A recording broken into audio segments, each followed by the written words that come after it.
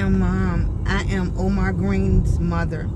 He was killed June the 17th, 2019, approximately 10:59 at night. And this is part of my journey. I was talking to someone, and what I realized, a couple of things. My niece called. I called my niece, and she said something on social media that alarmed me. So I was talking to her, and what it did with talking with her brought back memories of different situations that I went through with Omar as a young child, and being a single mom with a young son. It started bringing me memories of the first time that I really encountered people with guns, and it made me realize how I handled things and how I felt about guns. As a young mama, my first apartment was a place called Belle Meade. I grew up in what they call the West End in my area, in the Richmond area, but Belle Meade was in the South Side area. And I remember working for a security company, and the security company had an owner that was huge, a huge man. And I was a young single mom, of course struggling with my apartment and trying to have a car and trying to actually still go to school. And the security guy kept hitting on me. The security guy face was huge, double mines, what it was right here. And what he used to do is come by my apartment and flick the lights, and I would never open the door. I only had a bed at that time and no furniture, and I used to just hold my son, which was Omar, and just hope he was going away. He used to take every opportunity to try to get me alone, and I'm gonna leave that part as it is.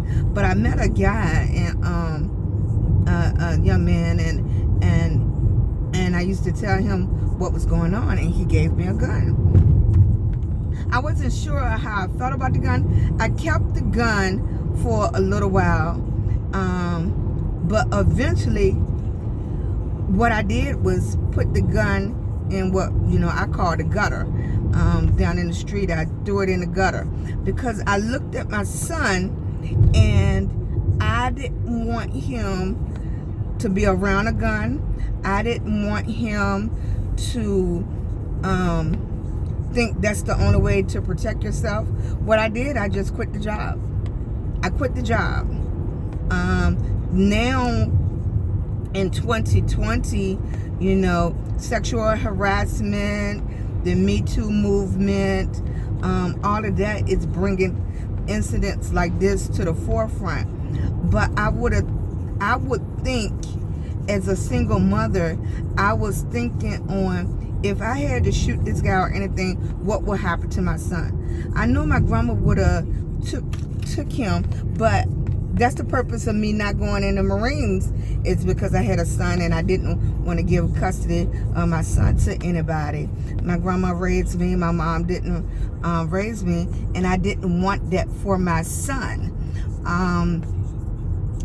But that was one of the memories that my niece brought back to my attention, and I was thinking about any other interactions that I had with guns at that time, but that was my personal action with a quote-unquote illegal gun, because a young man gave me a gun to protect myself in case that the owner of that particular company will ever come to my door again or come to my house, so I could protect myself. So over the years, I'm thinking I always was the mom that didn't want my kids to play with even the pop guns back then, when we're talking about 30 years ago, where they had cap guns kids could play with and BB guns kids could play with, and I'm quite sure they had other types of guns, but I was that mother that I didn't go for that. I didn't want for that. I think over my lifetime I have dealt with maybe 3 or 4 men that carried guns for one reason or another. But to me, the fantasy of how people want guns now, legal or illegal. You know, legal people that want guns, some of them are still, mentality is just as bad as the illegal people that want to carry guns. They just haven't did anything to keep them from getting a gun legally. So that is my bit on gun control right now. That I'm wondering why the fantasy from there is still there. I know in my generation they was growing up with cowboy and Indians, and that was the rave. And one day I woke up, I said cowboys and Indians was only fun to the cowboys, but not to the Indians, because the Indians didn't start fighting with guns till later.